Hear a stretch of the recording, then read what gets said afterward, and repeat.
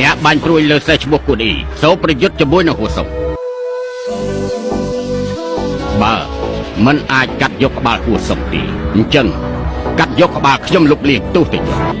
នោះគ្រាន់តែជាជួនកពិកកប៉ុកតែប៉ុណ្ណោះទេម្នាក់នោះគឺជាបេតបរបស់យានសាវឈ្មោះយានលៀងឬថាវិជាគុណរបស់គេមិនអត់ជាងលីពូទីខ្ញុំយល់ថាគេដកផ្លាកសញ្ញាលុកក្បាលទេមិនក៏លោកអ៊ីកាងដំឡឹងលោកអបរាជខ្ញុំព្រមទៅកាត់យកក្បាលគេមក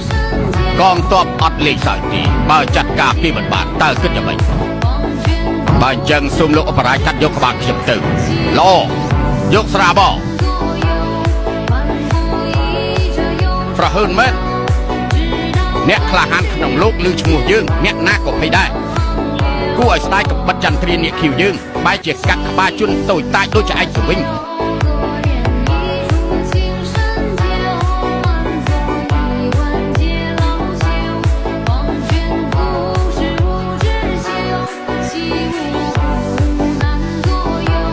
អាចមកទៀតទោះជាយើងមានដៃម្ខាងក៏អាចកាប់ឯងបានដែរ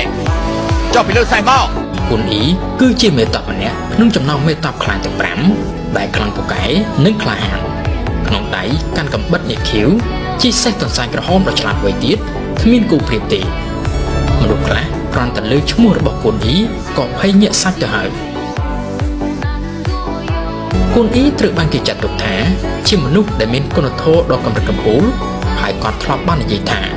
គុណធម៌មានតម្លៃថ្លៃជាងជីវិតរបស់មនុស្សទៅទៀត